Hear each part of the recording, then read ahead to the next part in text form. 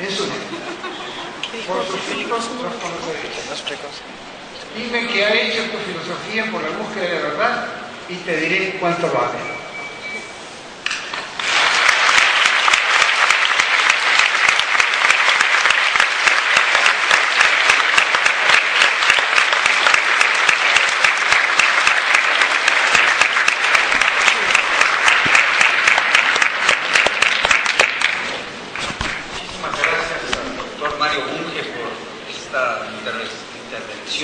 Excelente, si él me lo permite decir así, provocadora, llena además de un rasgo que en los últimos años le ha caracterizado, que es el de la ironía. Ya la tenía desde antes, pero se te ha utilizado, Mario, la ironía, la capacidad de sarcasmo. Se acaba de publicar un libro suyo, que es un diccionario de filosofía, que debe haberse llamado quizás diccionario muy personal de filosofía, porque las definiciones que da en él son verdaderamente definiciones de carácter provocador. Yo quisiera resaltar de su extraordinaria intervención esta defensa a ultranza de la razón, del desarrollo de la ciencia y de la tecnología, de la concepción de la modernidad y de la exigencia de rigor para todos nosotros. No se prevé en las conferencias magistrales que haya preguntas. Has sido, Mario, objeto de una enorme cantidad de preguntas. Te han asediado a preguntas periodistas, estudiantes, profesores, pero si lo permites puede haber, nos quedan 5 minutos, alguna pregunta si a ustedes les parece bien. Sí, quiere preguntas breves y precisas. Una primera. ¿Hay un micrófono ahí para el compañero? Acá hay un micrófono si lo quieres tomar.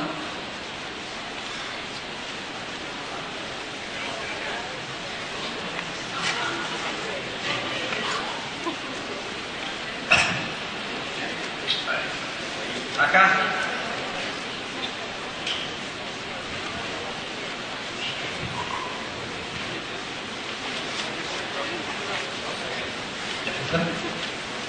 Gracias. Bueno, pues gracias por la oportunidad de poder intervenir en la turno de preguntas.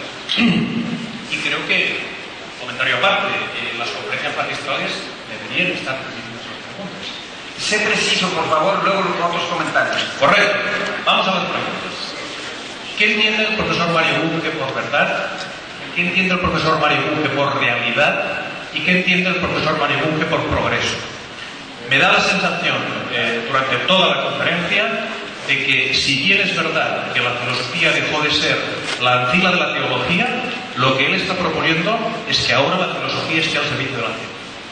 Por progreso científico, todos podemos estar de acuerdo, pero que el progreso del conocimiento se identifique con el progreso científico, eso es algo profundamente discutible. Gracias. Ante todo, una verdad de apuño. En los congresos y en las reuniones científicas, las preguntas son breves, son precisas, concisas y son claras. Usted me pide que yo exponga nada menos que mi sistema de filosofía. Bueno, le remito a mi tratado en 8 volúmenes. Pero muy brevemente le diré que considero por lo menos 3 clases de verdad que no tienen mucho que ver entre sí. La verdad formal, la verdad de las lógicas de la matemática, la verdad de hecho, correspondencia con la realidad, y finalmente la verdad moral, por no hablar de la verdad artística. Son, si quiere precisiones, fíjese en mi último libro que apareció el mes pasado, titulado Matter and Mind, materia y mente. En cuanto a realidad, la realidad exterior es lo que hay fuera del sujeto, pero también alrededor del sujeto forma parte de la realidad. La realidad, o el mundo exterior, el universo, eso es lo que hay independientemente del que a uno se le puede antojar. También de eso me ocupo en ese libro y en muchas otras obras. Por ejemplo, en el libro A la Casa de la Realidad, publicado hace unos 4 años.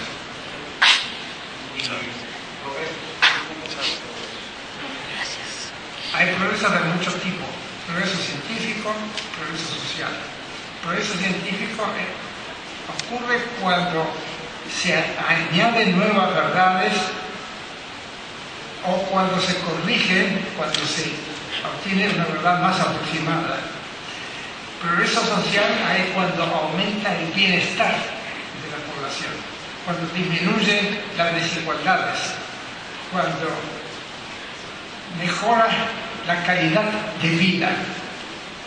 Hay toda una ciencia, o si ustedes quieren, una industria académica que nació hace unos 6 o 7 años, llamada la ciencia de la felicidad, que se ocupa ante todo de aclarar los conceptos de felicidad y de bienestar, que son muy diferentes. Una persona puede gozar de bienestar y sin embargo ser desgraciada porque no es correspondido en sus amores. El bienestar se puede medir objetivamente, el bienestar biológico, bienestar social, adecuación, etc. Hay índices para eso. Acabo de dar una conferencia sobre el tema en el Congreso de la Asociación Argentina de Economía Política. Pero si ustedes tienen una buena introducción al tema, se encuentra en el libro de Derek Pop, reciente, publicado este año, precisamente sobre el concepto de felicidad. Derek Pop fue presidente de Harvard durante 20 años. Es un hombre de gran experiencia y visión. ¿Alguna otra pregunta? Nada más les advierto, el compañero no hizo una, hizo 3 preguntas. ¿Alguna pregunta más? Gabriel Vargas.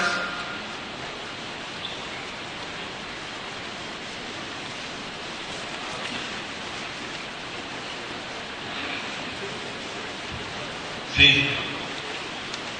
Usted se ha referido al marxismo en general y ha dividido tal vez 2 marxismos, uno de Marx posiblemente y otro el materialismo dialéctico. Sin embargo, usted sabe mismo que existen muchos marxismos. Existe el marxismo de Ernest Bloch, existe el marxismo de De la Volpe, existe un marxismo, incluso usted citó a Manuel Sacristán, existe el marxismo de Gramsci. ¿Por qué hablar de marxismo en general y decir solo materialismo dialéctico? Ya sabemos cuáles son las debilidades de un marxismo oficial soviético. Eso hay que ya dejarlo a un lado. Pero existen otros aspectos muy ricos. Entonces, cuando se hace un esquema tipo Popper, los cientificistas, los malos y los buenos, los cientificistas y los historicistas, pues entonces se está eliminando mucha riqueza que está ahí. La pregunta, Gabriel, por favor. Pregunta, ¿por qué razones solo se refiere con el marxismo a un materialismo dialéctico exaltándolo cuando existen 30 posiciones ricas y aportadoras al conocimiento?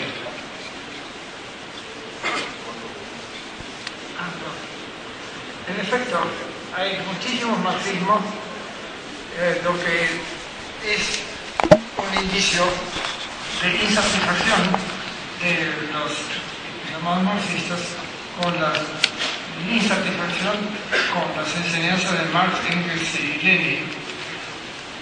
Pero lo que es prácticamente imposible seguir el rastro de estos distintos marxismos, pero todos esos tienen, que yo sepa, en común 2 tesis. Una, la tesis de la materialidad del mundo, con la que yo concuerdo, y la otra tesis es la de la dialéctica, con la que yo estoy en desacuerdo. Pero la primera tesis, la materialista, es inconsistente. ¿Por qué? Porque Engels en su Anti-Düring divide a la sociedad en 2 partes: la infraestructura material y la superestructura ideal, y usa esa palabra primero. Y segundo, porque Lenin en su materialismo y empiricismo, obra muy interesante, entonces de paso, acusa a Joseph Bifke de lo critica por sostener que el pensamiento es material. Dice Lenin, si el pensamiento fuese material, entonces no habría división entre el materialismo y el idealismo. El resultado concreto es que esa observación de Lenin apoyó al dualismo psiconeural que dominó en la Unión Soviética y sus satélites durante medio siglo o más, con lo cual obstaculizó la investigación psicológica. Tal era la importancia que se concedía a las escrituras sagradas. Yo tenía algunas experiencias interesantes, por ejemplo, en el Congreso Internacional de Filosofía Cerebral en Düsseldorf en 1978 se me acercó el director de la revista soviética de filosofía pidiéndome una colaboración. Escribí y le mandé un artículo titulado La bancarrota del dualismo psiconeural.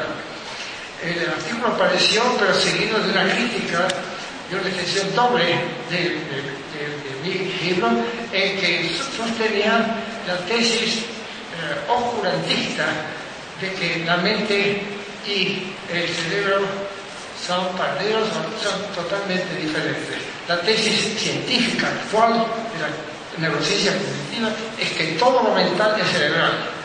En otras palabras, las funciones mentales son funciones cerebrales. Yo no he seguido la proliferación del marxismo porque yo soy un filósofo, no soy historiador de la filosofía y menos aún historiador de sectas filosóficas. Y además estar al día con la ciencia, con algunas ciencias y con las sectas filosóficas es prácticamente imposible. Tengo un solo cerebro, un momento.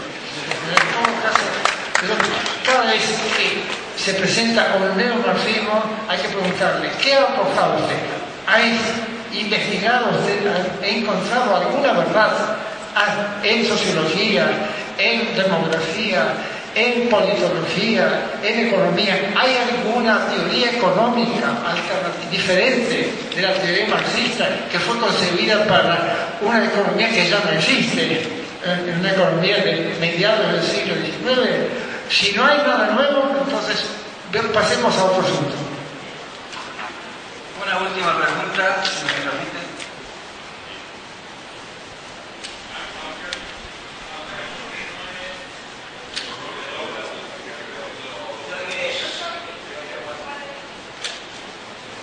Aunque se ha declarado como filósofo y no historiador de la filosofía, ¿usted cree que existe una filosofía perennis? No, para nada. Es una pretensión, me parece absurda, es aislar la filosofía del resto del conocimiento. La filosofía tiene que ir avanzando junto con las demás disciplinas. Una filosofía, por ejemplo, una filosofía de la mente que se quedara en la filosofía de Descartes sería completamente, no solamente obsoleta, sino que no serviría al desarrollo de la ciencia psicológica. La filosofía debe estar al día, y estar al día significa envejecer. Significa envejecer y tratar de reemplazarse. Pues Mario Bunge no ha envejecido, se mantiene joven, se mantiene lleno de vida y además con una agilidad mental que todos envidiaríamos, no solamente si llegamos a su edad, sino a la edad que ahora tenemos. Despidámoslo con un gran aplauso.